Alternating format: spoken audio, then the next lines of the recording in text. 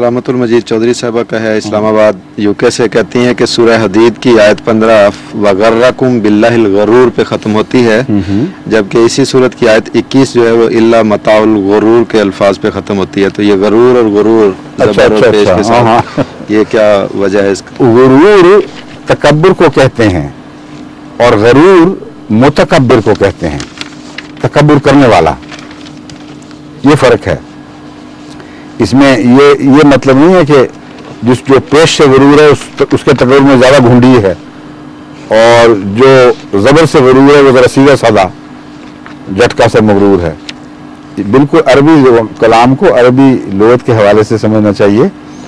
यहाँ दो अलग अलग लफ्ज़ हैं, एक फ़ाइल के मुतल्लिक़ लिए इस्तेमाल होता है, इसमें फ़ाइल के तौर पर, यानी उससे मिलता जुलता माना रखता है।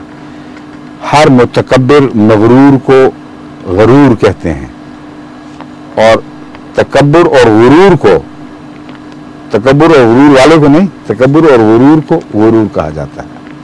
इसलिए कुरान करीम पढ़ते वक्त उसकी पेश ज़बर को भी एहतियात से पढ़ा करें, वरना माने बदल जाते हैं।